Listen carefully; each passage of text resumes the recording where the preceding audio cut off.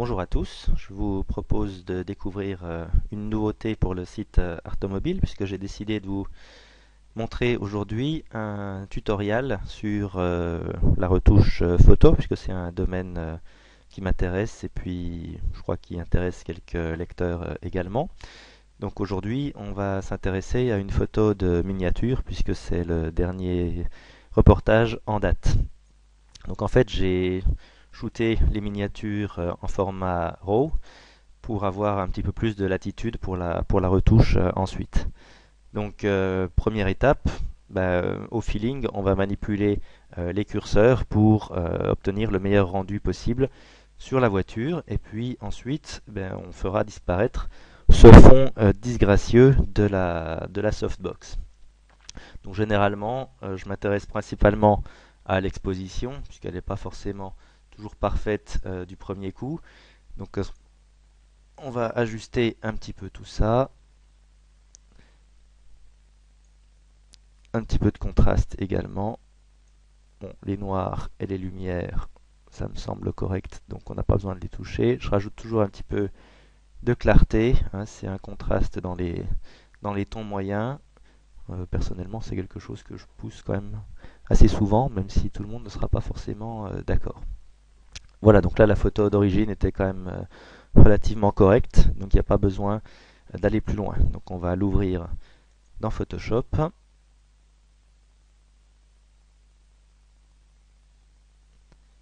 Voilà, ça vient. Et puis je vais réouvrir la même image. Donc Camera Raw reprend directement les réglages précédents, sauf que maintenant je vais m'intéresser uniquement au fond de la photo. Donc on va pousser l'exposition à fond, histoire de noyer, de cramer en fait tout le tissu.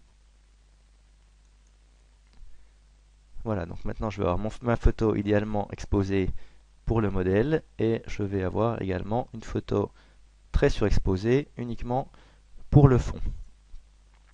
Je vais la déplacer pour ensuite superposer les deux images sur une seule photo. Donc là, j'ai mes deux calques. Donc c'est le calque superposé qui est au-dessus de l'autre. À partir de là, ici, je vais ajouter un masque de fusion à mon calque supérieur, donc à la photo cramée. Voilà, c'est fait. Je choisis un pinceau de relativement grande taille, opaque, et puis je choisis la couleur noire. Hein, pour travailler en masque de fusion, en fait, on n'a que la couleur noire et la couleur blanche.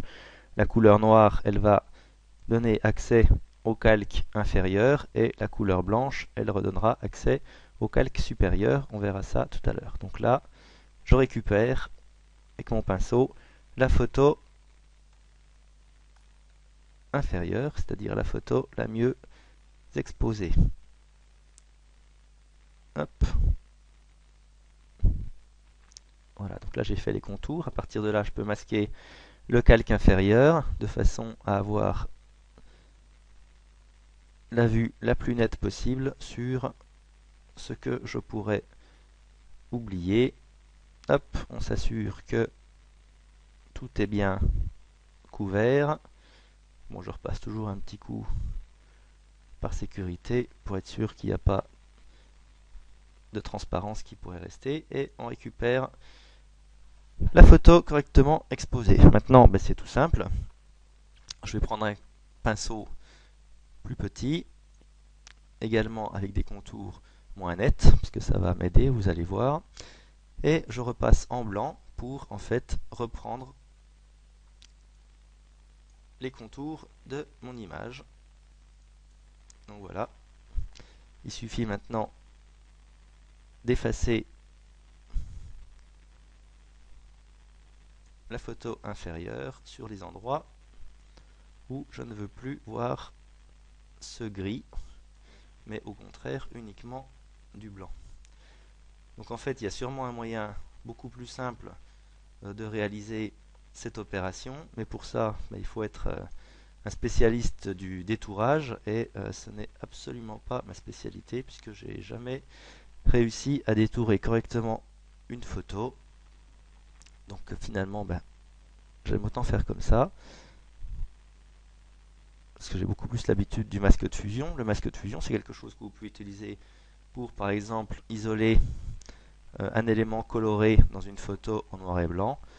Vous mettez un masque de fusion, vous enlevez la saturation sur un des calques, et puis vous récupérez votre voiture de couleur sur le calque qui se trouve en dessous, hein, et ça vous permet comme ça de faire des petits effets sympathiques.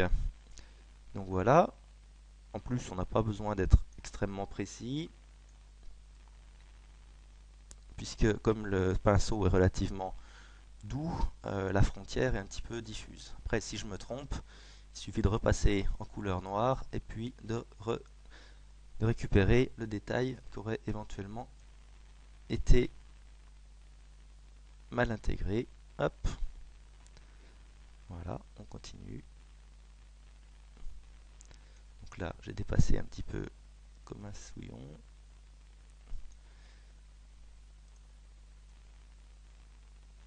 Voilà, donc toujours avec un zoom assez important pour bien voir ce qu'on fait. Et puis ensuite, bon, c'est une question d'habitude pour acquérir un petit peu l'agilité, notamment sur les lignes droites. Bon, j'ai aussi une palette graphique à la maison, mais j'avoue que pour l'instant, j'ai pas encore eu tellement le temps de m'en servir, d'apprendre à m'en servir. Hop, là j'ai un petit peu merdoyé, on rattrape le coup. Voilà, hop là, mauvaise couleur, c'est pas grave. Bon, je décidais de laisser à travers les vitres plus sombre, pour tout simplement qu'on voit de temps en temps quand il y a des particularités, c'est-à-dire une vitre avec une petite ouverture.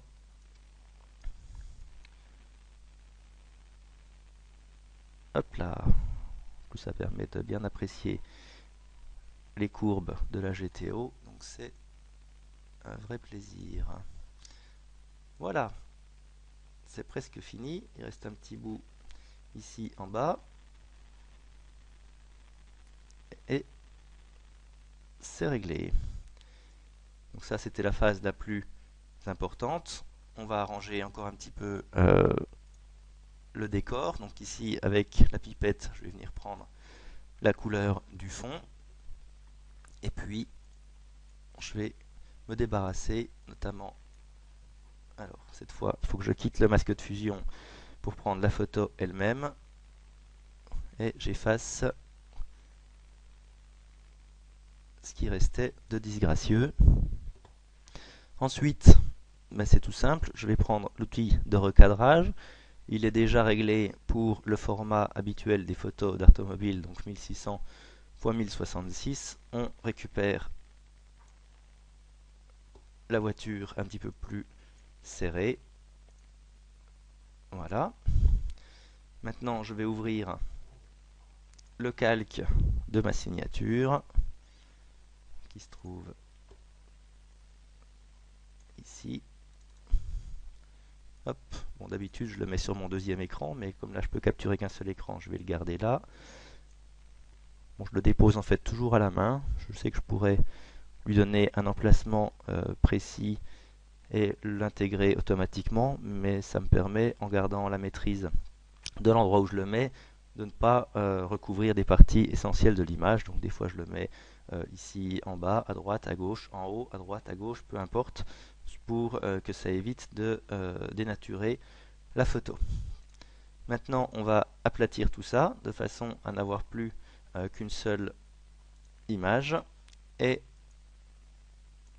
vous savez certainement que les gros plans sont souvent un petit peu cruels avec les miniatures, donc on va pas faire du 1600, en réalité on va faire du 1200 de façon à être un petit peu plus tolérant vis-à-vis des quelques petits défauts qui pourraient apparaître au niveau de l'assemblage. Donc 1200, ici je choisis Donc l'algorithme le meilleur pour la réduction, ce qui permet de gagner encore un tout petit peu de netteté. Voilà. Après, bah, sur mes photos, j'ai l'habitude souvent de donner un petit coup d'autocontraste. Et voilà le produit fini. Donc ensuite, il n'y a plus qu'à sauver. Donc en fait, au niveau de la qualité, j'adapte toujours la qualité pour avoir des images d'à peu près 500K. C'est mon standard, pas la peine qu'elles soient plus lourdes, sinon elles prennent un petit peu de temps un peu trop de temps à charger. Et puis c'est pas non plus nécessaire qu'elles soient beaucoup plus faibles, puisqu'aujourd'hui 500K, tout le monde peut les charger quand même relativement rapidement. Et voilà, donc c'était le premier tutoriel d'Artomobile sur un sujet très très simple, puisqu'on a juste abordé vaguement les calques et puis les masques de fusion surtout. Ça vous montre un petit peu comment je travaille. Vous avez vu, ça n'a pas pris longtemps, 10 minutes. Le problème, c'est que quand on a 75 photos du même genre à traiter, c'est vrai que c'est quand même relativement fastidieux et fatigant. Bon, si ça vous a plu, je donnerai suite en vous proposant un autre tutoriel, peut-être par exemple sur du HDR, hein, puisque j'ai proposé quelques photos récemment qui ont l'air de bien plaire, donc je pourrais éventuellement en reprendre une et puis retrouver avec vous la manière dont elle avait été traitée pour obtenir le résultat final. Voilà, j'attends vos commentaires, n'hésitez pas, et puis je vous souhaite à bientôt. Au revoir.